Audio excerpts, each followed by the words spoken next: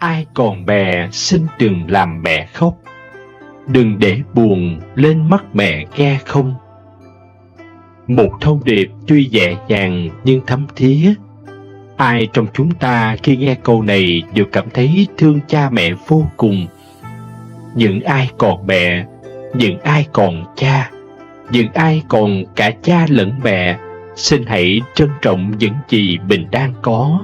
Xin đừng làm đau lòng các đấng sinh thành, dù chỉ là một điều gì đó rất nhỏ. Hãy nhớ là từ hai tiếng thiêng liêng cha, mẹ, không phải ai cũng may mắn được thốt lên. Trong thẳm sâu trong tâm hồn ta, ơn cha nghĩa mẹ không ai có thể phủ nhận. Công ơn này không thể nào chúng ta có thể đền đáp hết. Không thể nào chúng ta hiểu được cha mẹ đã thương ta đến mức độ nào. Ai trong chúng ta đã không từng lớn lên từ bàn tay chăm sóc của mẹ, sự nâng đỡ của cha? Ngay từ khi ta cất tiếng khóc chào đời, mẹ đã rơi nước mắt vì ta. Giọt nước mắt hạnh phúc của mẹ vì sau 9 tháng 10 ngày trải qua cái đau đớn tột cùng để sinh ra ta. Cha tuy không khóc, nhưng ta có thể cảm nhận cha hạnh phúc thế nào khi có ta trên đời. Khi ta biết lắng nghe cuộc sống, mẹ dạy ta cảm nhận.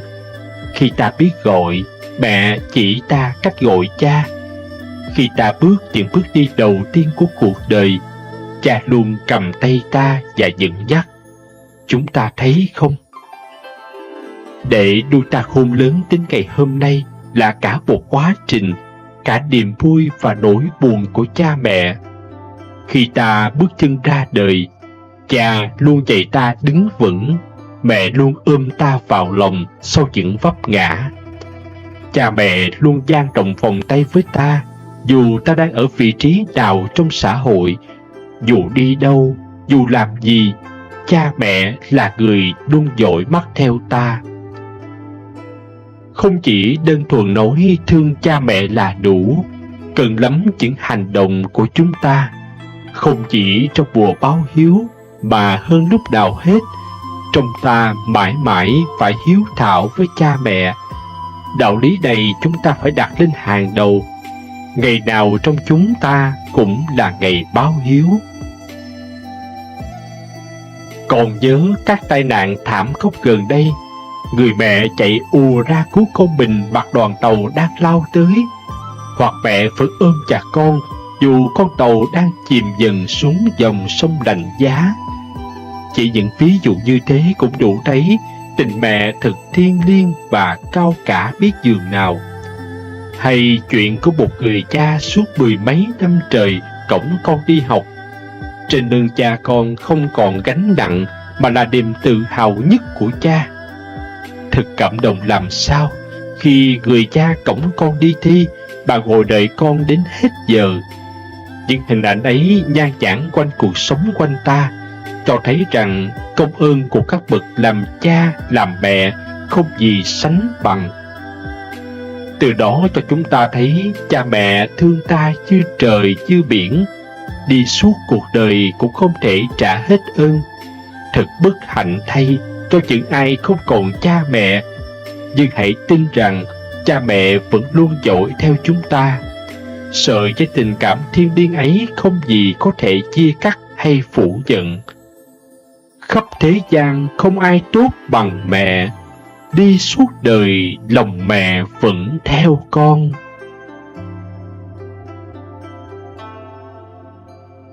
Đừng bao giờ xem thường 12 luật nhân quả sẽ đến ngày tức khắc. Người sẵn lòng cho đi sẽ khiến phúc báo ngày càng đến nhiều. Người ta thường nói khi cho đi thì đừng suy nghĩ thiệt hơn. Điều này hoàn toàn đúng, bởi một khi bạn đã cho đi là một điều tốt. Như câu thành ngữ, ông trời không lấy của ai thứ gì. Chính vì vậy, khi bạn cho đi thì chắc chắn đến một ngày bạn sẽ nhận lại. Tương tự, nếu bạn cho đi quả ngọt, bạn sẽ thu về quả ngọt. Và nếu bạn cho đi trái đắng, bạn sẽ nhận lại trái đắng. Quy luật nhân quả cơ bản này đôi lúc không được tin tưởng, bởi xã hội vẫn chứng kiến những người tốt phải chịu khổ đau và người không tốt hưởng thành quả. Tuy nhiên, những điều trên chỉ xảy ra trong một thời gian ngắn, bởi thế giới tự nhiên và xã hội luôn vận động không ngừng, vật đổi sao dời, và quy luật nhân quả sẽ đến chỉ là sớm hay muộn, tùy thuộc vào chính suy nghĩ, thái độ, hành xử của mỗi chúng ta. Chẳng có phần thưởng nào được trao cho người có hành xử và tư duy thiếu kiên nhẫn.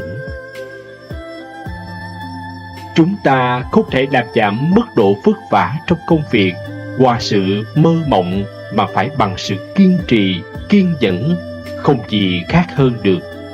Khi ta không nhìn thấy phần thưởng hiện hữu bằng vật chất hay thái độ, hãy luôn nhớ rằng phần thưởng không phải là kết quả cuối cùng, mà đến từ niềm vui vô tận của quá trình thực hiện những việc làm có ý nghĩa tích cực, và từ việc thu lượm được kiến thức lẫn kinh nghiệm thu được từ những việc làm hữu ích cho cuộc sống. Hay giúp đỡ người khác thì quý nhân sẽ ngày càng nhiều. Giúp một việc nhỏ cũng là giúp nhiều việc thì càng quý. Bởi nếu bạn giúp đỡ họ hơn một lần, thì người kia dù có ích kỷ đến đâu cũng sẽ suy nghĩ về những lần bạn đã giúp đỡ họ, mà quay trở lại giúp đỡ bạn khi cần. Chính vì vậy, hãy giúp đỡ nhiều người nhất có thể, và luôn giúp hết mình nhé. Người hay phàn nàn sẽ chuốc nhiều phiền não. Khi gặp việc khó khăn, hãy cố gắng vượt qua. Nếu bức xúc cũng chỉ nên phàn nàn một lần thôi, rồi tiếp tục thực hiện công việc của mình. Nếu như bạn phàn nàn quá nhiều, thì khi đó chính tâm trí của bạn sẽ bị ảnh hưởng và tự cho việc đó quá khó khăn, không thể vượt qua được. Người biết đủ, biết thỏa mãn sẽ ngày càng có nhiều niềm vui, niềm hạnh phúc. Chẳng có gì hạnh phúc bằng việc hài lòng với những gì mình đang có. Khi bạn đang có người yêu thương, có một công việc ổn định, hãy biết tự hài lòng, bởi nếu không bạn sẽ luôn cảm thấy thua thiệt người khác về mặt này hay mặt kia. Như vậy sẽ chỉ tự làm khổ mình. Người chỉ biết trốn tránh thất bại, thử thách, thì thất bại càng đến nhiều hơn. Gặp khó khăn hãy đối diện với nó. Điều này nói dễ, nhưng để làm được thì lại rất khó. Nhưng khi đã chấp nhận đứng dậy sau những thất bại, thì bạn sẽ trở nên mạnh mẽ hơn bao giờ hết. Khi đó, bản thân sẽ nhận được phần thưởng xứng đáng dành cho mình. Thay đổi bản thân là chìa khóa cho mọi thay đổi. Chỉ có một điều duy nhất chúng ta có thể kiểm soát được là chính bản thân chúng ta. Nếu chúng ta muốn có sự thay đổi, chúng ta phải hành động để thay đổi chính những gì đang diễn ra trong tâm trí và xúc cảm của mình với người, sự vật, sự việc xung quanh, hơn là ngồi một chỗ và than thở: vì sao cuộc sống của tôi buồn tẻ và chán nản? Vì sao tôi gặp toàn người xấu và vận rủi? Hãy rẽ sang hướng khác đi, hãy gặp gỡ những người khác và hãy thử những cách khác. Người hay giận dữ, bực bội, bệnh tật sẽ sinh ra ngày càng nhiều. Giữ cho tâm tịnh. Khi giận dữ hãy nói ra, đừng giữ ở trong lòng như vậy, sẽ khiến bạn cảm thấy ức chế và sớm muộn gì cũng sinh ra bệnh. Vậy nên người đời mới có câu bệnh từ trong tâm. Chúng ta mong muốn gì, chúng ta phải tham gia vào việc tạo ra cái đó. Cuộc sống xung quanh ta được tạo ra bởi ý định của từng người. Khi chúng ta và vũ trụ là một, những ý định của chúng ta sẽ quyết định những sự tạo dựng vũ trụ và cuộc sống. Nếu muốn nắm giữ cái gì, ta phải đảm bảo chắc chắn rằng đó thực sự là cái chúng ta muốn và phải làm việc hết mình để xây dựng cũng như gìn giữ nó. Muốn có thành tích học tập tốt, cần phải chăm chỉ sách đèn. Muốn có cuộc sống sung túc, cần chăm chỉ lao động. Muốn có tình yêu, cần phải trao đi yêu thương. Người biết cảm ơn, thuận lợi sẽ ngày càng nhiều hơn. Lời cảm ơn đôi khi lại là một lời nói dễ dàng nhất để thể hiện sự biết ơn đối với những người đã giúp đỡ mình, dù đó chỉ là 2 từ nhưng lại mang ý nghĩa cực lớn. Nhưng một số người lại không thể nói được 2 từ cảm ơn này đối với những người đã giúp đỡ mình. Điều này quả thực mà nói đối với chính người đã giúp đỡ, dù không mong nhận lại, cũng sẽ cảm thấy không vui, bởi họ không biết việc giúp đỡ của họ có mang lại lợi ích cho người kia không. Người chỉ ưa thích được hưởng phúc thường sẽ bị nhiều khổ đau. Trong cuộc sống, không phải lúc nào cũng chỉ có hạnh phúc, mà đôi khi đó còn là niềm đau và sự mất mát. Đôi khi trải qua đau khổ rồi, con người mới cảm nhận được hạnh phúc, biết trân quý nó. Dù ta có chối bỏ chấp nhận thực tế vẫn luôn là thực tế.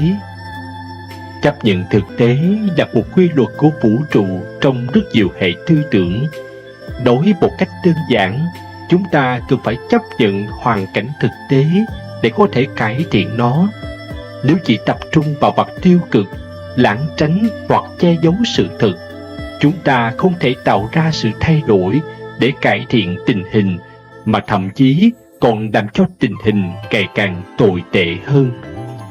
Luật nhân quả là một khái niệm đôi khi mơ hồ, nhưng luôn đóng vai trò trung tâm trong mọi tôn giáo, niềm tin xuyên suốt lịch sử loài người. Chúng ta phản chiếu quan niệm nhân quả trong đời sống hàng ngày, không chỉ như một dạng hình phạt, mà quan trọng hơn là như một bài học nhân sinh quan trên hành trình tìm kiếm an nhiên, hạnh phúc trong đời.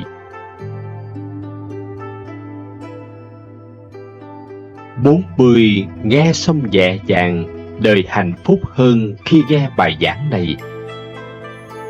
Kính thưa các quý Phật tử và quý vị đang nghe bài giảng này thân mến, cứ 100 người đọc thì 99 người cảm thấy cuộc đời nhẹ nhàng và hạnh phúc hẳn lên. Vậy tại sao không chịu đọc lấy một lần? Mỗi ngày con tập một chữ buông, buông thương, buông ghét, buông buồn, buông vui, buông cho nó khỏe người ơi, buông cho lòng dạ thảnh thơi nhẹ nhàng. Tôi vừa đọc một cuốn sách cũ, tôi đã học được nhiều bài học sâu sắc. Tôi cảm thấy nó là cách rất tốt để mọi người có thể sống một cuộc đời ít phiền muộn. Chính vì vậy, tôi muốn chia sẻ đôi điều mà tôi đã học được từ cuốn sách ấy với mọi người. Sự thanh tịnh nằm ở trong tâm. Cả đời làm việc, đến cuối cùng chỉ muốn bản thân được an nhàn để hưởng thụ cuộc sống.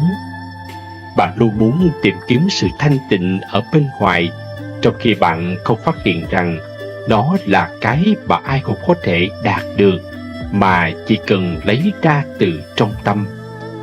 Nếu tâm của bạn bớt tham sân si, bớt ganh đua, ghen ghét, thì tự khắc bản thân sẽ thấy được thanh thản và thấy đời bỗng nhẹ nhàng làm sao.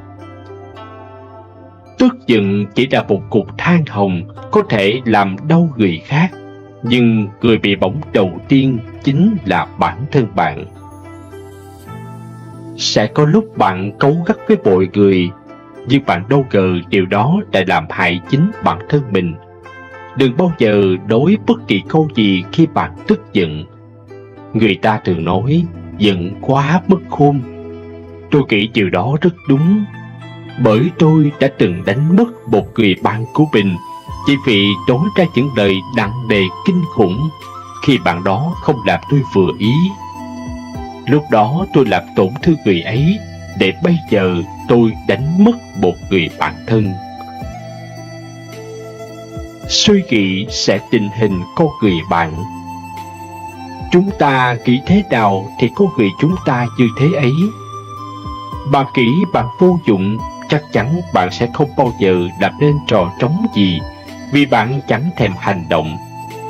Bạn nghĩ bạn thông minh, dĩ nhiên bạn sẽ thông minh, vì tự bản thân sẽ biết cách tạo nên điều đó. Chỉ cần suy nghĩ tích cực thì mọi chuyện sẽ tốt đẹp thôi. Do đó cuộc sống cũng sẽ ít buồn phiền, vì lúc nào bạn cũng cố biến mọi thứ bạn gặp phải trong cuộc sống thành niềm vui riêng cho mình. Biết cười là thông minh, biết mình là sự giác ngộ.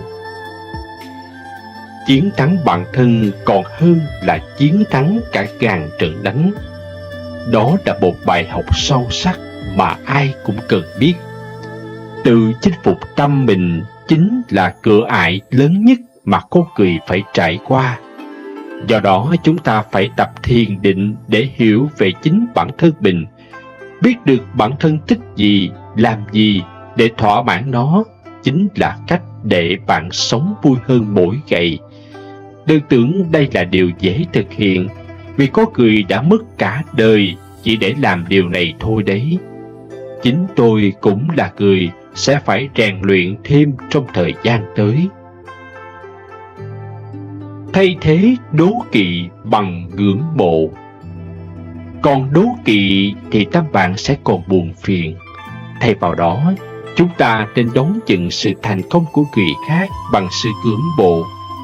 Tâm bình thản rồi lấy cái tốt của người khác để làm gương sẽ khiến bạn dễ dàng phấn đấu mà không có sự căm phẫn. Đố kỵ chỉ làm lòng người thêm dơ bẩn. Thậm chí vì đố kỵ, con người có thể biến chất, trở thành người chuyên làm những hành động xấu xa mà đôi khi chính bản thân mình cũng không ngờ tới.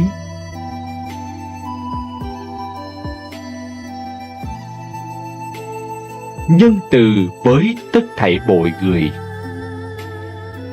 Luôn luôn dè dặt với trẻ em, yêu thương người già, đồng cảm với người cùng khổ, nhân từ với kẻ yếu thế và người lầm lỗi. Một lúc nào đó trong đời, bạn sẽ rơi vào những hoàn cảnh đó, động lòng trắc ẩn với mọi người. Kẻ giàu cũng như người nghèo, ai cũng có nỗi khổ riêng. Có người chịu khổ nhiều, có người chịu khổ ít. Nhân từ để yêu thương và đồng cảm với họ, vì mỗi người có một nỗi khổ riêng chỉ có họ mới thấu. Bởi vì bạn luôn nhìn người bằng con mắt nhân từ, nên đời bạn sẽ luôn đẹp, mọi thứ đều hoàn hảo. Tâm can được thanh lọc bởi những hành động mà bạn dành cho người khác. Tùy duyên. Bàn tay ta vun đắp, thành bại thuộc vào duyên. Vinh dục ai không gặp, có chi phải ưu phiền. Bài học sâu sắc cuối cùng mà tôi đã được học chính là để mọi thứ tùy duyên. Cái gì của mình thì đó sẽ thuộc về mình, còn cái gì không phải thì đó mãi mãi sẽ không thuộc về mình.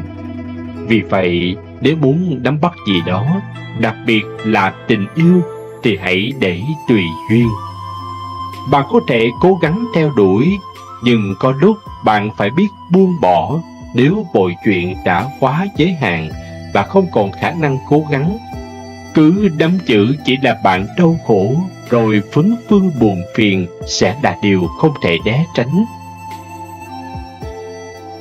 Tâm sẽ dè dàng nếu bạn để mọi thứ tùy duyên. Đó là cách để bạn có thể chấp nhận cuộc sống dễ dàng hơn. Hãy sống như hôm nay là ngày cuối cùng. Tôi đã làm được 4 trên 7 điều rồi, và thấy đời mình nó cũng thanh thản đi bớt phần nào. Đặc biệt, tôi thích nhất là điều cuối cùng. Tôi mong rằng những điều này sẽ giúp ích cho bản thân mỗi bạn. Nghĩ thoáng hơn và nhìn xa hơn, cuộc đời bạn sẽ bình an tự tại, may mắn tự khắc tìm đến. Muốn sống thanh thản bình an thì suy nghĩ con người không được sân si. Bỏ được điều này mới mong an vui hạnh phúc. Hãy nghe bài giảng này, bạn sẽ giúp bạn an nhiên và tự tại hơn trong cuộc sống. Suy nghĩ trước khi nói. Lời nói chẳng mất tiền mua, nhưng không vì thế mà nói sằng nói bậy, gây tổn thương cho mọi người xung quanh. Nói ít mà chất lượng còn hơn nói nhiều mà không ích lợi gì. Gặp chuyện đừng vội nhanh dậu quyết định. Dù đã có đáp án đúng thì cũng cứ từ từ, bởi biết đâu sẽ còn phương pháp giải quyết lý tưởng hơn. Điềm đạm với người khác và sự tình xảy ra. Đừng tùy ý phát giận với người khác và sự tình nào đó, bởi vì sự tức giận chỉ đem lại kết quả xấu và không mong muốn mà thôi. Hãy bình tĩnh, điềm đạm và ôn hòa, bạn mới tìm ra cách giải quyết tốt nhất. Biến chuyện to thành nhỏ, nhỏ thành không có. Cố gắng sống đơn giản, biến những chuyện tưởng chừng khó khăn, phức tạp, không lối thoát thành đơn giản, nhẹ nhàng. Như thế tâm mới thanh tịnh, lòng mới an lành để vui sống suốt cuộc đời. Mỗi người là một cá nhân độc lập, không ai sẽ không sống nổi khi rời xa một người nào đó.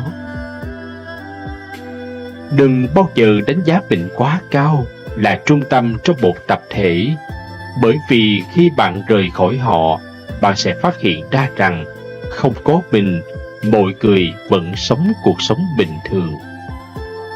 Ngược lại, cũng đừng đề cao quá một ai, bởi vì khi không có bên cạnh họ, bạn cũng sẽ không vì thế mà không thể sống nổi. Hãy nghĩ thoáng hơn và nhìn xa hơn, bạn sẽ sống được thoải mái hơn. Việc ta gánh đừng phiền hà người thân. Đừng để những điều không thuận lợi trong công việc, sự nghiệp làm ảnh hưởng đến người già. Càng đừng để bất hòa trong gia đình làm ảnh hưởng đến sự nghiệp. Làm như vậy rất không có lợi, vì cả gia đình và sự nghiệp đều bị ảnh hưởng, thậm chí bị tổn thất. Nhất là nam nhi đại trượng phu phải có trách nhiệm với cả gia đình và sự nghiệp. Nếu gặp khó khăn trong cuộc sống, bạn có thể tìm về nơi mái ấm gia đình để được thư giãn và tiếp thêm sinh lực. Thống khổ chỉ là một chút thoáng qua. Kỳ thực trong cuộc sống có rất nhiều khi chúng ta cảm thấy mình quá khổ. Càng nghĩ khổ, chúng ta lại càng chìm đắm trong đó. Nhưng khi quay đầu lại nhìn, bạn sẽ phát hiện ra rằng thống khổ chỉ là một chút thoáng qua.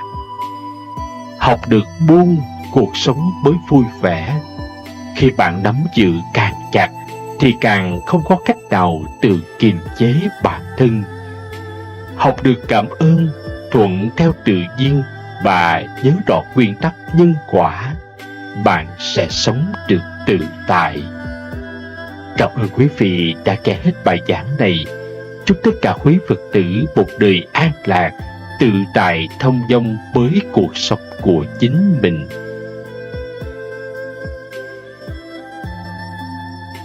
Những câu nói của vị thiền sư này sẽ khiến bạn tỉnh ngộ khi nghe xong. Kính thưa quý Phật tử và các thính giả thân mến, dưới đây chính là 20 câu nói của vị thiền sư Thích Nhất Hạnh khiến suy nghĩ của bạn thay đổi liền. Hãy cùng nghe để giúp bạn tỉnh ngộ nhé. Thứ nhất là không ai có thể trao cho ta tự do, ta phải tự mình nuôi dưỡng nó. Đó là một công việc hàng ngày. Thứ hai là con người luôn gặp khó khăn trong việc buông bỏ đau khổ. Với nỗi sợ hãi về những điều bất định, họ chọn chịu đau khổ trong những thứ quen thuộc. Thứ ba là giác ngộ luôn luôn hiện hữu. Sự giác ngộ nhỏ bé sẽ mang tới giác ngộ lớn lao. Nếu bạn hít thở và nhận ra rằng mình vẫn đang sống, đó là lúc bạn chạm tay vào điều kỳ diệu của việc được sống. Đó cũng là một loại giác ngộ. Thứ tư là con người đau khổ vì họ bị mắc kẹt trong quan điểm. Chỉ khi nào chúng ta giải phóng được những quan điểm đó, chúng ta mới tự do và không còn đau khổ. Thứ năm là cuộc sống chỉ hiện hữu ở thực tại. Đó là lý do mà chúng ta nên đi theo cách mà mỗi bước đều mang ta đến thực tại. Thứ sáu là nếu ta tin ngày mai sẽ tốt đẹp hơn, thì hôm nay ta có thể chịu đựng mọi khó khăn. Thứ bảy là biết bỏ qua sẽ đem cho ta sự tự do, và tự do chính là điều kiện duy nhất của hạnh phúc. Thứ tám là cuộc sống chỉ hiện hữu ở thực tại. Đó là lý do mà chúng ta nên đi theo cách mà mỗi bước đều mang ta đến thực tại.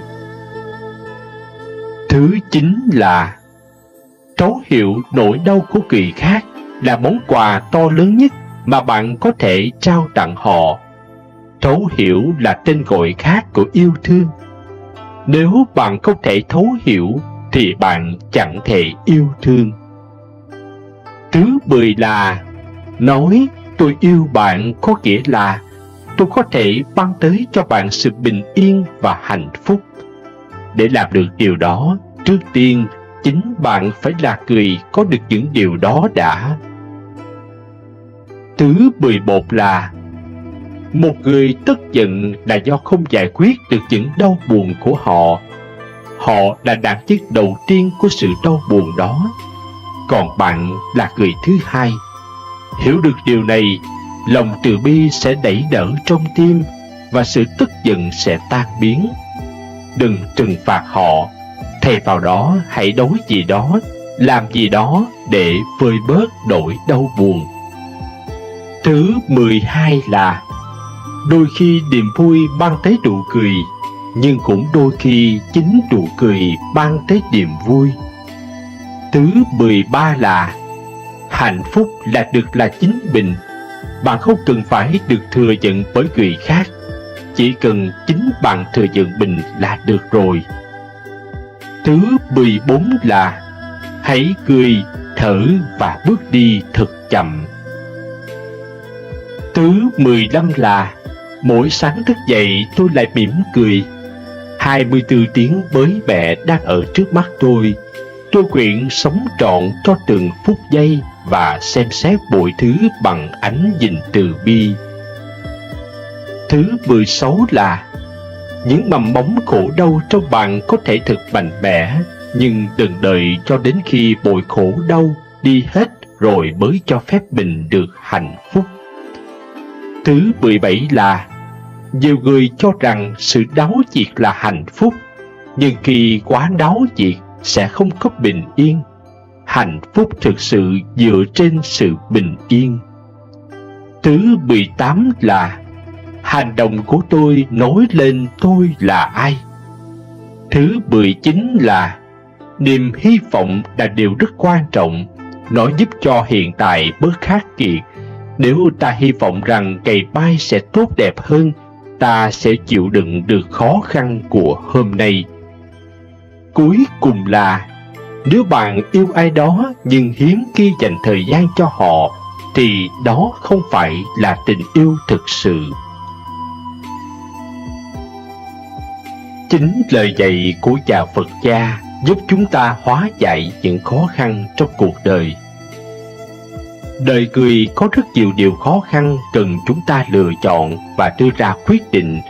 Đứng trước mỗi lựa chọn và khó khăn ấy, làm sao để chúng ta có quyết định đúng đắn? hãy tham khảo chính câu đối của Phật gia dưới đây. Khi bạn mất đi một thứ gì đó, có nhất định phải theo đuổi để giành lại không? Kỳ thực, khi bạn mất đi một thứ gì đó, bởi vì thứ ấy chưa bao giờ thực sự thuộc về bạn, cho nên đừng quá nối tiếc và theo đuổi nữa. Khi bạn cảm thấy sống quá mệt mỏi, làm sao để sống được thoải mái hơn? Kỳ thực, cuộc sống quá mệt mỏi là bởi vì phần nhỏ là do cuộc sống và phần lớn là do dục vọng, lòng tham và sự phàn nàn của chúng ta tạo ra. Quá khứ và hiện tại chúng ta nên nắm giữ như thế nào? Đừng để ngày hôm qua chiếm cứ quá nhiều ngày hôm nay của chúng ta. Chúng ta nên đối xử với chính bản thân và đối xử với người khác như thế nào? Khi đối đãi với bản thân, chúng ta nhất định phải trân quý và đối xử thật tốt, bởi vì đời người không dài và thân người là khó được nhất. Khi đối đãi với người khác, chúng ta cần phải trân quý và đối xử tốt hơn nữa, bởi vì nhân duyên kiếp này, kiếp sau khó gặp lại. Như thế nào là giải thích một cách lễ phép? Khi giải thích một điều gì thì luôn nhớ rằng xin lỗi là một loại chân thành, không có liên quan đến phong độ hay thể diện của một người. Nếu chúng ta cho đi sự chân thành thì cuối cùng sẽ nhận lại được sự chân thành. Làm sao để cân bằng giữa vui vẻ và bi thương?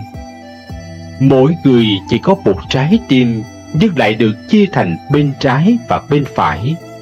Một bên là nơi cư trú của niềm vui, niềm hạnh phúc. Một bên lại là nơi cư trú của bi thương và đau khổ. Cho nên đừng quá vui vẻ quá mức, cười quá lớn mà đánh thức bên bi thương. Đừng xem nhẹ và cũng đừng tự mãn về bản thân. Chỉ cần chân của chúng ta còn trên mặt đất thì đừng quá khinh suất, tùy tiện mà xem nhẹ mình. Chỉ cần chúng ta còn sống trong địa cầu này thì cũng đừng coi bản thân mình quá to lớn. Có phải tình yêu thương sẽ bị nhòa tan bởi thời gian? Tình yêu thương có thể khiến con người quên đi thời gian, nhưng thời gian cũng có thể khiến con người quên mất tình yêu thương. Trân quý mỗi lần gặp gỡ. Hai người yêu thương nhau nhưng không thể ở gần nhau thì sẽ không thể đi cùng nhau. Đời cười tưởng dài nhưng kỳ thực lại quá ngắn ngủi. Hãy trân quý mỗi lần gặp mặt. Suy rộng ra một chút, đối với người thân, bạn bè, hãy trân quý mỗi lần gặp gỡ, bởi vì đời của một người không phải là kéo dài mãi mãi. 10 lời Phật dạy sẽ mang lại nghị lực cho bất kỳ ai. Kính thưa các Phật tử và quý vị đã nghe bài giảng đầy thương mến, Phật dạy hãy luôn thúc đẩy mình bằng cách nghĩ về viễn cảnh hạnh phúc ở tương lai bạn nhé. Đạo Phật nói cuộc đời là biển khổ mênh mông, không có ngày thôi dứt. Vì nhân loại lúc nào cũng đấu tranh giành giật, chiếm đoạt tài nguyên thiên nhiên, để rồi giết hại lẫn nhau, lớn hiếp nhỏ, mạnh hiếp yếu. Con người đau khổ bởi sinh lão bệnh tử, tâm đau khổ vì phiền não, tham sân si, mạn nghi ác kiến. Trong gia đình khổ vì phải làm việc vất vả, nhọc nhằn để lo cơm áo gạo tiền, rồi thương yêu xa lìa khổ, oán ghét mà gặp nhau hoài lại càng khổ hơn. Mong cầu mà không được cũng khổ, thân ốm yếu hoặc sung mãn quá cũng khổ. Nghèo cùng với bao nỗi thiếu thốn khó khăn, khổ là lẽ đương nhiên, nhưng người giàu sang phú quý vẫn có những nỗi khổ niềm đau riêng. Ngoài xã hội lại khổ vì đấu tranh giành giật, hơn thua, phải trái. Cứ như thế oán giận thù hằn ngày càng thêm chồng chất. Với hoàn cảnh thì phải khổ về thiên tai, sóng thần, động đất, bão lụt, hạn hán, mất mùa, dịch bệnh tràn lan vì sự ngu si mê muội của con người. Chúng ta thường nghe người đời than thở: trời ơi, tại sao tôi khổ quá vậy nè? Ông trời có xuống mà coi, làm sao cho tôi hết khổ đây trời ơi?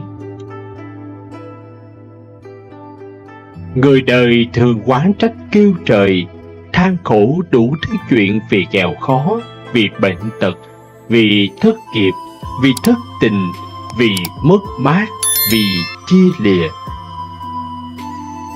Tuy nhiên, cũng có không ít người giàu có, khỏe mạnh, có sự nghiệp, có tình yêu nhưng vẫn kêu khổ, khổ ơi là khổ. Người già than khổ đã đành, người trẻ cũng lại than khổ. Người ngu dốt than khổ, kẻ thông minh cũng than thở đủ thứ chuyện. Nói tóm lại, già trẻ, lớn bé, mọi người đều có nỗi khổ niềm đau riêng. Vậy sao không sống để lòng được bình an?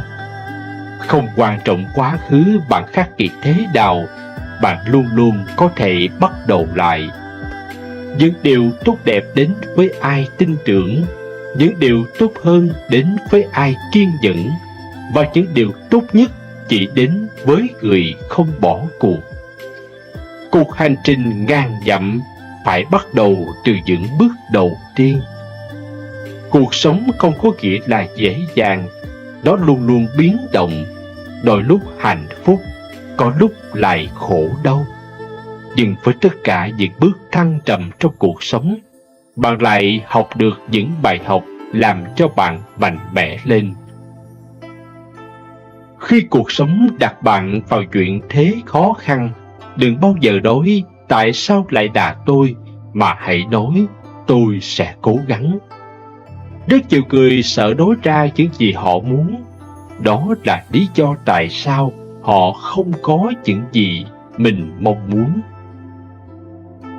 Bạn không thể chặn những con sóng, nhưng bạn có thể học cách làm thế nào để lướt sóng. Một trong những điều tốt nhất trong cuộc sống là nhận ra rằng bạn hoàn toàn hạnh phúc mà không cần đến những thứ mà bạn cứ ảo tưởng là mình buộc phải có. Đừng nghĩ mãi về quá khứ, nó chỉ mang tới những giọt nước mắt. Đừng nghĩ nhiều về tương lai, nó chỉ mang lại lo sợ. Sống ở hiện tại với nụ cười trên môi, nó sẽ mang lại niềm vui cho bạn. Mỗi khi mỗi bước trên con đường mình đã chọn, hãy tự nhủ mình tiếp tục đi, đừng dừng lại. Mỗi bước có thể khó khăn hơn, nhưng đừng dừng lại. Viễn cảnh đẹp nhất là lúc ở trên đỉnh. Chúc cho tất cả mọi người khi nghe xong bài giảng này an lạc một đời, luôn an yên trong cuộc sống của mình.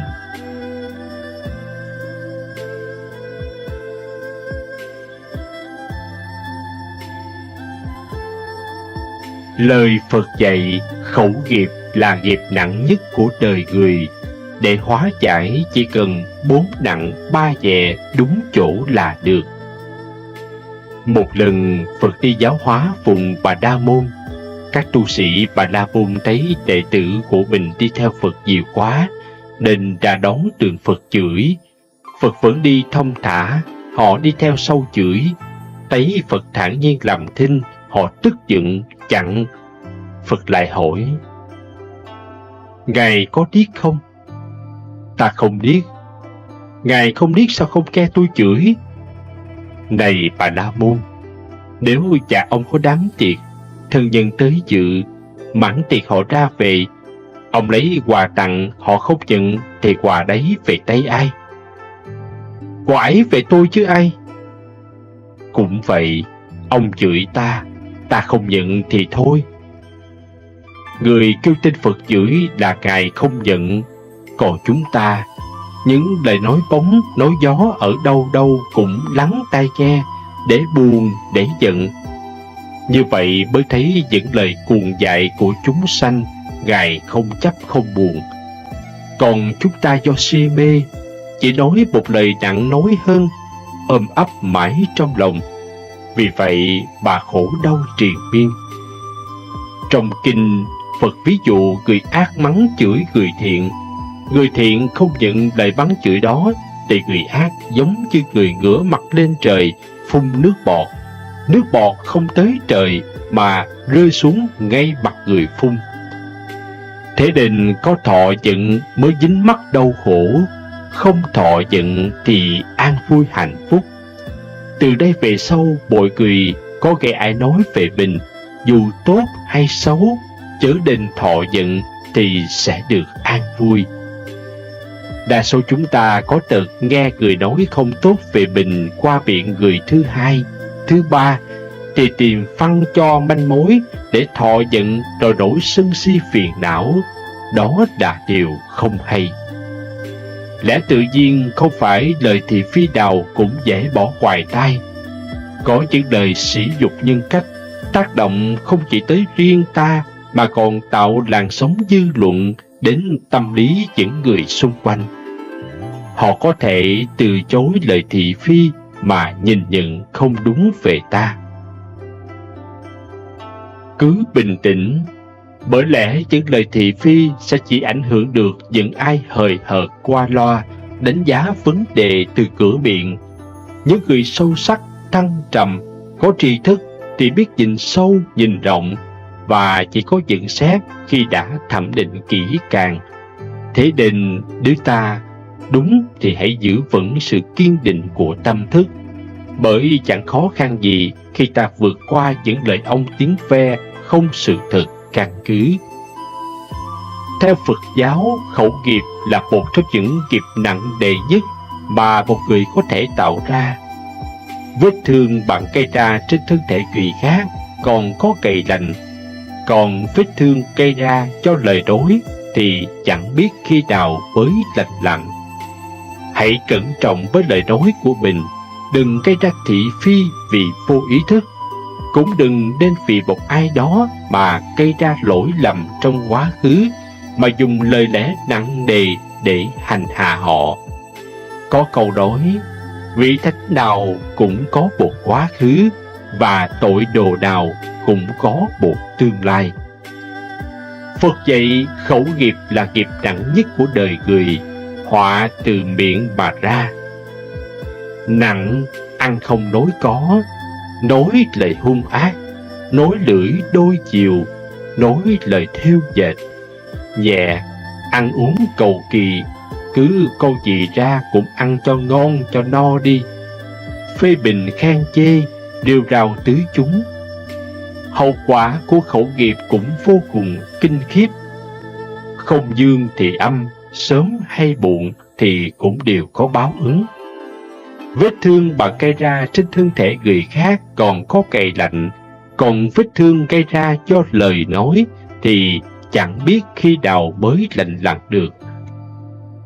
Chửi bới và nói xấu hay đi rêu rao về người khác mà người ta không phản ứng hay không biết, thì kẻ tự ngửa cổ lên trời phun nước bọt rồi chỉ rơi trúng mặt mình. Vậy tốt nhất không nên đi nói xấu ai khắp mọi nơi, dù họ có làm điều không tốt thật mà không gây hại đến bản thân mình và cộng đồng. Bởi ngậm máu phun người thì tanh bờm mình trước.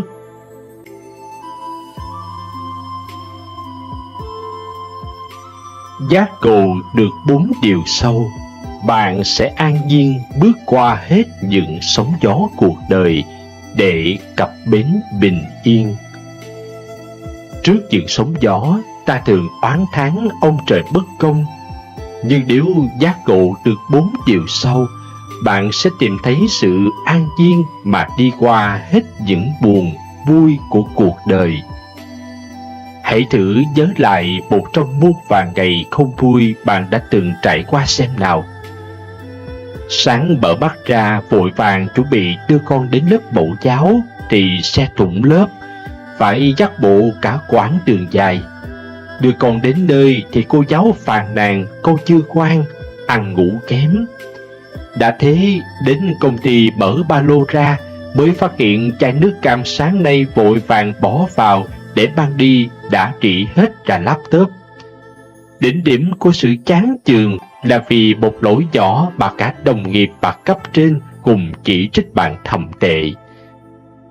Khởi đầu một ngày mới vô cùng tồi tệ đúng không? Và suốt cả ngày hôm đó, bạn sẽ bị cảm giác chán chường chi phối. Chẳng làm được gì ra hồn ngoài việc oán trách số phận sao lại bất công với bạn đến thế, và mãi không thể thoát ra khỏi cái vòng lẩn quẩn đó. Nhưng nếu suy nghĩ theo 4 quy tắc tâm linh sâu sắc được người Ấn Độ luôn xem như kim chỉ nam dưới đây, bạn sẽ dễ dàng vượt qua khó khăn, an nhiên và tận hưởng cả niềm vui và những nỗi buồn xảy ra trong cuộc đời mình đấy. Bất cứ người nào bạn gặp cũng đúng là người mà bạn cần gặp. Điều này có nghĩa là không phải ngẫu nhiên mà một ai đó xuất hiện trong cuộc đời của bạn. Bất kỳ ai, dù chỉ là người đi ngang qua chúng ta trên đường đời, cũng đều mang một ý nghĩa nào đó. Họ đều là những người thầy dạy cho bạn những thứ không phải cứ bỏ tiền ra là học được. Tất cả mọi người xung quanh chúng ta, từ vợ chồng, con cái, bố mẹ, anh chị em, đồng nghiệp, bạn bè và cả kẻ thù, dù yêu thương, ghét bỏ, giúp đỡ hay đối đầu với bạn, đều dạy cho bạn cách sống, cách yêu thương, bao dung và nhẫn nhịn.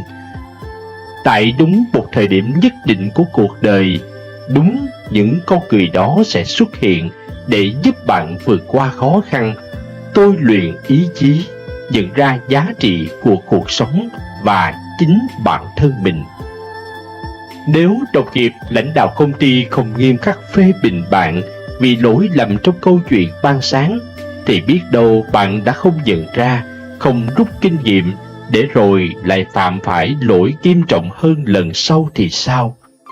Vậy nên đừng chỉ biết oán trách, ghét bỏ những người khiến bạn cảm thấy buồn và tổn thương, bởi nếu không có họ, bạn sẽ không bao giờ biết trân trọng, biết cảm ơn những người luôn trao cho bạn cơ hội, tặng bạn những khoảnh khắc vui vẻ trong đời. Bất cứ điều gì xảy ra trong cuộc đời bạn đều là những điều nên xảy ra. Không có điều gì chúng ta từng trải qua trong cuộc đời mình đáng ra không nên xảy ra cả, kể cả những điều nhỏ nhặt nhất. Trước mỗi một sai lầm hay vấp ngã, chúng ta đều than thở, giá như mình không làm thế thì mọi chuyện đã khác. Nhưng không, chẳng có cái giá nào như thế hết, bởi những gì nên xảy ra thì đều đã xảy ra. Qua đó, chúng ta rút ra được bài học để hoàn thiện, phát triển bản thân hơn. Mỗi khoảnh khắc, mỗi tình huống xảy ra trong cuộc đời đều được lập trình một cách hoàn hảo, cho dù bạn có không muốn nó xảy ra thế nào chăng nữa. Vì vậy, đừng tốn thời gian để hối tiếc với những câu giá như về những chuyện đã qua nữa. Thay vì ngồi đó bực tức, bất lực, trách mình ẩu đoán với việc laptop dính đầy nước cam ban sáng, bạn bình tĩnh chấp nhận, tìm cách lau chùi rồi đem chiếc máy tính đi xử lý, rồi rút kinh nghiệm lần sau không bao giờ để nước vào ba lô đựng laptop nữa. Có phải là nhẹ nhàng hơn không? Tương tự như vậy, khi bị kẹt cứng trên một tuyến đường đông đúc trong lúc đưa con bạn đi học, bạn cũng sẽ không ngờ rằng nếu đi nhanh hơn một chút nữa thì một chiếc xe tải lao như bay trên đường có thể cướp đi sinh mạng của mình và con trai thì sao? Bởi vậy mới nói, đừng ngồi mà ước giá như, bởi chẳng có gì xảy ra trong cuộc đời là không có nguyên do của nó. nhẹ nhàng chấp nhận mới có thể ung dung tự tại. Chuyện gì đến, ắt sẽ đến. Tất cả mọi chuyện trên đời đều bắt đầu vào đúng thời điểm nó cần đến, không sớm hơn cũng chẳng muộn hơn. Chúng ta không thể đoán trước điều gì sắp xảy ra, cũng không thể ngăn chặn nó, vì nó vẫn luôn ở đó và sẽ xảy ra vào một thời điểm chẳng ai ngờ tới. Thế nhưng nếu chỉ ngồi một chỗ và lo sợ những chuyện tồi tệ sẽ xảy ra với mình, bạn sẽ chẳng có thời gian mà tận hưởng những khoảnh khắc đáng quý của hiện tại nữa. Bạn không thể kiểm soát hết những thứ xảy ra xung quanh, nên hãy dũng cảm mà đón nhận, dù đó là niềm vui hay nỗi buồn. Mọi chuyện xảy ra trên đời không phải để đáp ứng những ý thích, ước muốn của bạn, mà để giúp bạn học cách bình thản đối diện với những điều bất ngờ xảy ra. Cuộc đời bạn không phải là một cuộc đua, ai rồi cũng sẽ đi đến đích, vậy sao chúng ta phải sống vội cơ chứ? Chuyện gì đã qua, hãy để cho nó qua. Nguyên tắc này rất đơn giản. Khi một điều gì đó trong cuộc sống của chúng ta kết thúc, thì có nghĩa là nó đã làm hết bổn phận của mình trong việc giúp ta phát triển. Duyên phận của chúng ta với điều đó đã chấm dứt, để chừng chỗ cho một mối nhân duyên khác hội tụ. Đôi khi chia tay một người hay rời bỏ một công việc chưa chắc đã là điều không tốt, bởi biết đâu đó là cơ hội để chúng ta đến với một nửa đích thực của đời mình và tìm được một cơ hội công việc với môi trường và mức lương tốt hơn. Đó là lý do tại sao Phật dạy chúng ta phải biết buông bỏ, để lại sau lưng những muộn phiền và quá khứ để dành sức tiếp tục cuộc hành trình của đời mình. Để có thể an nhiên, mỗi người nên biết tùy duyên và thuận theo tự nhiên mà sống. Không phải ngẫu nhiên mà bạn đọc được bài viết này, bởi vậy nếu cảm thấy đúng, đừng giữ cho riêng mình, hãy yêu thương bản thân, sống an nhiên và luôn hạnh phúc nhé.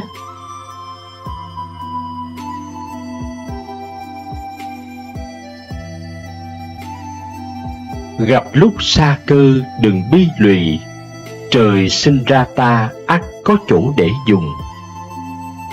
Đời người như dòng sông, lúc êm đềm thư thái, lúc cuồn cuộn sóng gầm. Dù là ai đi chăng nữa, cuộc sống sẽ không bao giờ có được 3 ngày an ổn. Vậy nên trong bất kể hoàn cảnh nào, hãy cứ ung dung mà đối mặt. Tây Lư đi du thuyết các vua nước chư hầu, qua sông chẳng may bị đắm thuyền. Người thuyền chài vớt ông lên, ôm bụng cười bảo: ông suýt chết đuối, cứu bình cầu chẳng xong, tài gì mà đòi đi nói các vua chư hầu. Tây Lư đáp: hòn ngọc bích đem dệt cưỡi không tiện bằng hòn ngói, hạt châu đem làm đạn bắn chim thì không tiện bằng viên đất. Ngựa kỳ ngựa ký, ngày chạy kinh dặm, nhưng cho bắt chuột thì không nhanh bằng con mèo. Thanh gươm quý đem mà khâu dày thì không tiện bằng cái chùi. Chú có tài lội nước qua sông vượt gió, nhưng nếu nay cho tiếp một ông vua chư hầu thì chắc mờ mịt, khác nào như quả vào chuồng lợn. Quả thế, mỗi người một tài, tuy nhất thời lâm vào hoạn nạn vì sở đoản, nhưng lại sẽ có ngày vinh quang bởi sở trường, hà cớ phải thất vọng bi quan. Mãi chìm đắm trong thất bại, nhược điểm của bản thân cũng như chăm chăm vào vết xước trên viên ngọc mà quên mất rằng ta vốn là ngọc quý. Trong một cái hồ đỏ có một con ốc sên và một con ếch. Cả hai cùng chung sống với một mái nhà nên thường xuyên gặp nhau.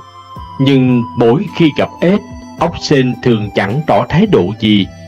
Có những lúc ếch chào mà ốc sên cũng chỉ một tiếng cho xong chuyện rồi bỏ đi ngay. Thái độ đó khiến cho ếch cảm thấy rất khó chịu. Có một hôm, ếch đã không thể chịu đựng được hơn nữa. Nó quyết định phải hỏi ốc sên cho ra vẻ. Này ốc sên, tôi có làm gì đắc tội với anh đâu, tại sao anh lại ghét tôi như vậy? Gặp tôi mà anh cứ coi như không thế. Thấy ếch có thái độ rất thẳng thắn, ốc sên liền nói ra nỗi khổ của mình. Họ hàng và ếch của anh ai cũng có 4 chân, có thể chạy hết chỗ này tới chỗ nọ. Trong khi đó tôi ngày nào cũng phải mang vác chiếc vỏ nặng trịch này, lê bước đi chậm chạp, cho nên trong lòng cảm thấy không vui. Ếch nghe thấy vậy mới nói rằng, ai cũng có cái khó riêng của mình. Anh chỉ nhìn thấy sự vui vẻ của chúng tôi, nhưng lại không hề nhìn thấy sự đau khổ của chúng tôi.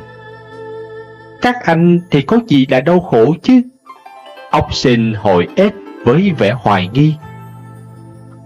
Khi ốc muốn hỏi rõ nguyên nhân thì một con chim ưng từ trên trời cao đột nhiên lao xuống. Ốc sên vội vàng cuộn vào trong vỏ của mình, chỉ thương cho con ếch là đã bị con chim ưng kia ăn mất. Ốc sên nhìn con chim ưng bay xa mà trong lòng cảm thấy hết sức đau xót. Quả thực là trời có khi nắng khi mưa, trăng có khi tròn khi khuyết, sông có khúc, người có lúc, ấy là lẽ tự nhiên. Giữ tâm bình lặng trong sóng gió cuộc đời, một người nhìn thấu nguyên nhân của được mất và hiểu ra chỉ có một trái tim thuần tịnh, vị tha, dũng cảm mới là bảo vật quý giá nhất của đời người.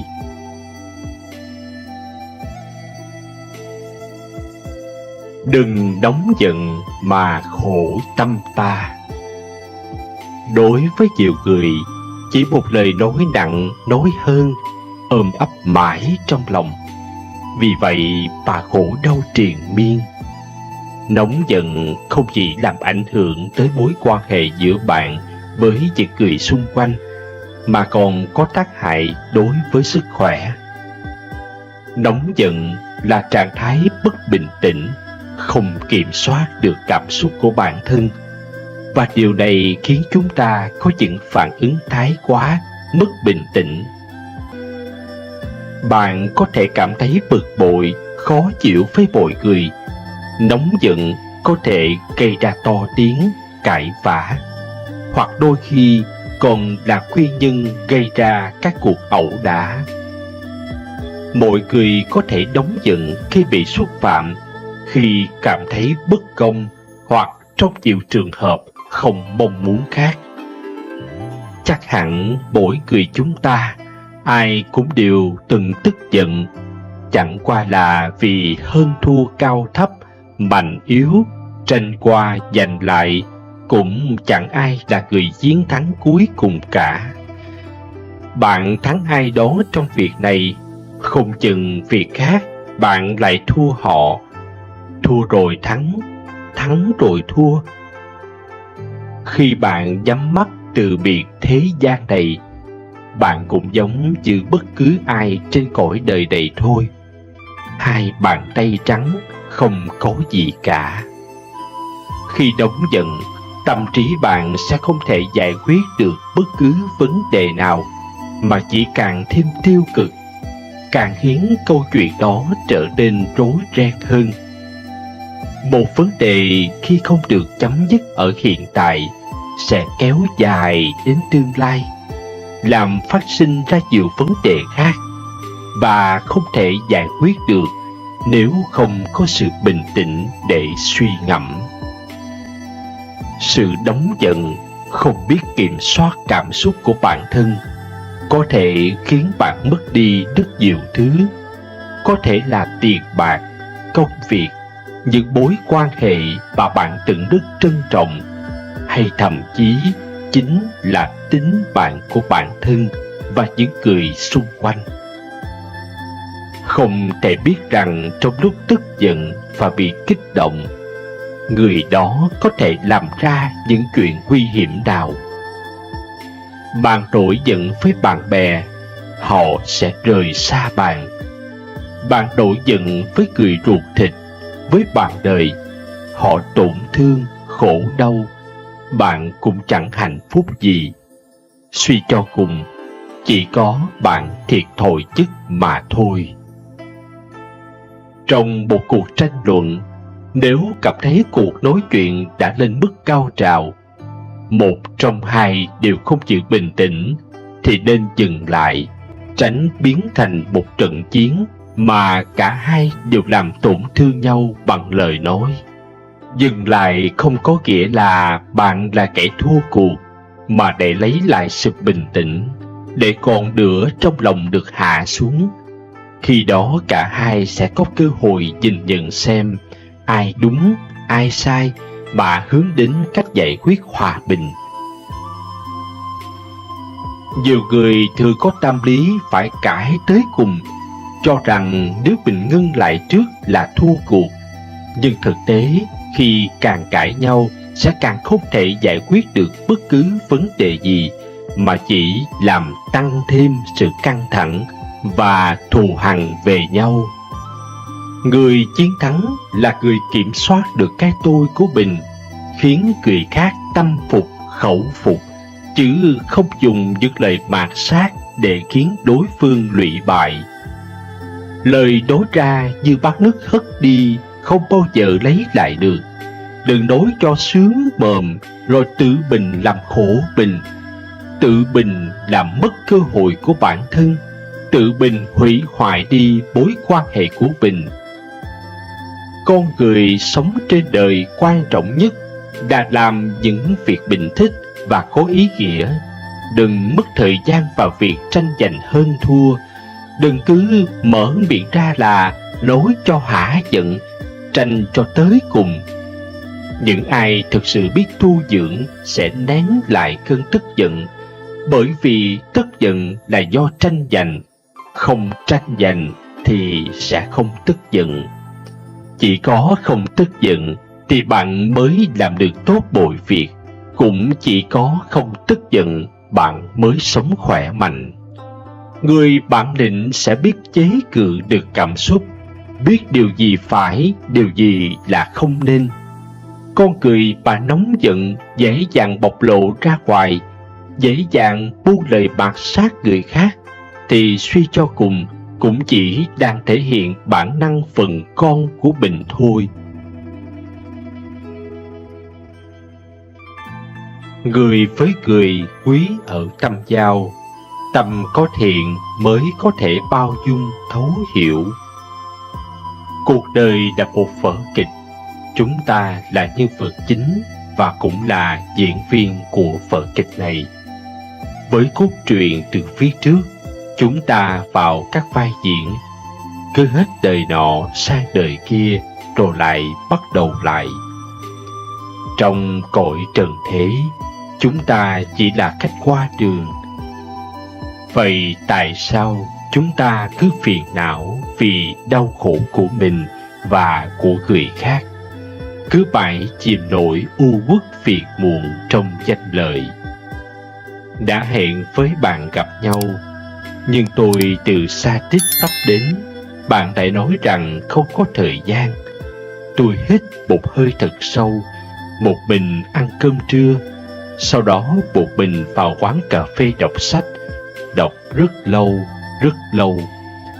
Lúc đó trong lòng cũng đã bất bình, nhưng suy nghĩ này bớt đi rất nhanh. Bạn chắc có việc nên mới như vậy, sao lại không đặt niềm tin vào bạn chứ? Bạn lỗi hẹn là có sự cố tôi không nghĩ tới. Trong sự cố này, tôi lại có được sự bình tĩnh của cái tâm. Chỉ vì tôi đã loại bỏ được oán trách và ý nghĩ xấu về bạn, nên tôi càng bao dung và thấu hiểu bạn hơn. Giữa người với người, quý là ở tâm giao.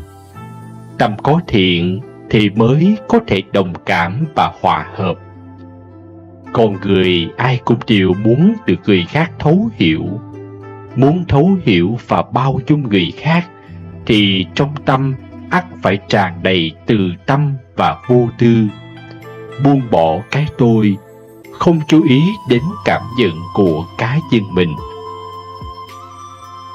Lúc này tôi đã ngộ ra, gặp cũng được, không gặp cũng được.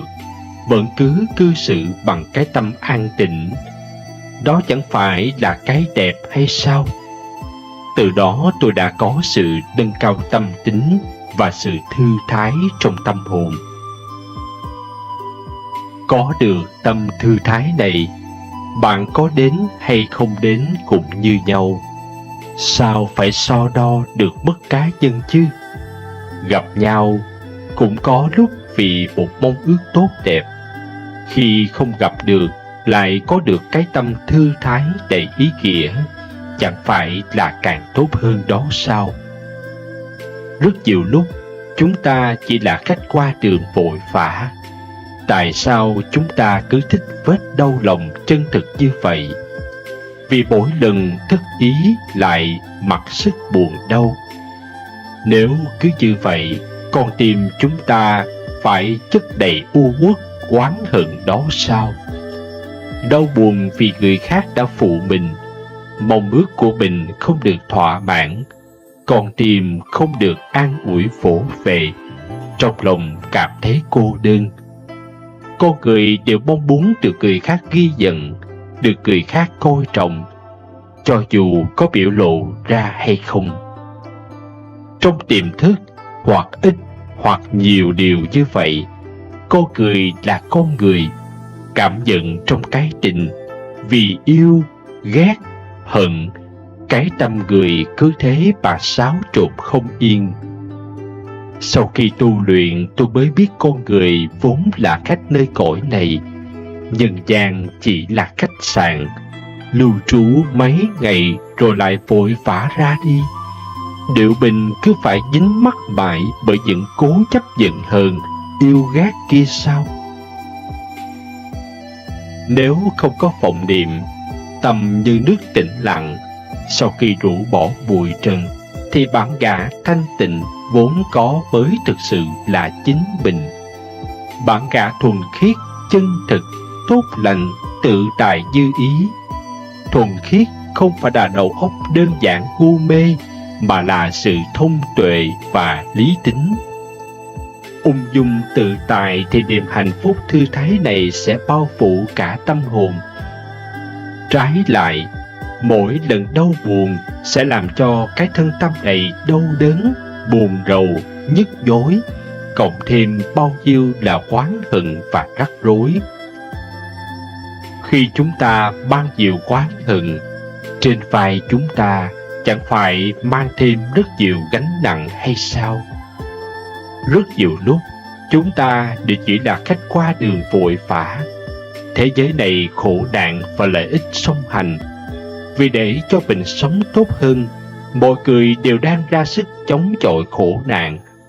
Tuy nhiên, để có được niềm an ủi tâm lý ngắn ngủi, thì người ta phải đánh đổi bằng vô số nghiệp lực cho mình. Dằn vặt bản thân trong oán hận, chạy theo cuồng vọng và danh lợi, chính là con người đang càng mắc sai lầm trong vô minh. Một người thư thái tận hưởng cả buổi chiều thất vọng và cô đơn, thì nhất định sẽ là người giàu có về tinh thần, khoáng đạt xem nhẹ các dục vọng. Nếu chúng ta có phần thư thái, thì chẳng phải sẽ không còn phải nổi trôi trong những con sông của tâm trạng hay sao? Sẽ không phải dày vò bản thân trong ngọn lửa của oán hận hay sao? Đó chẳng phải là hạnh phúc sao? Mỗi khi bạn tức giận, bạn hãy thử lý giải và tha thứ, thử gạt bỏ tạp niệm của mình. Thời khắc đó, có lẽ bạn sẽ thấy lúc này thật là thoải mái dễ chịu hơn nhiều so với lúc bạn tức giận. Vậy tại sao chúng ta không làm nhỉ? Học cách thấu hiểu, vứt bỏ dục vọng cá nhân để bao dung, thì tấm lòng cũng nhờ đó mà càng rộng mở, nhẹ nhàng ung dung cười xem mưa gió, lặng nhìn nước triều lên xuống. Đó chính là lý do tại sao mà những người tu luyện, các bậc danh nhân đạo sĩ xưa có thể vượt qua băng tuyết gió sương, phóng khoáng cuộc đời. Nghĩ đến đây, Những giận hờn trong lòng tôi vì bạn đã lỡ hẹn bỗng nhiên tan biến. Thay vào đó là một niềm biết ơn và trân quý. Trân quý một buổi chiều cô đơn đã làm cho tâm hồn tôi lắng lại và ngẫm nghĩ về kiếp nhân sinh này.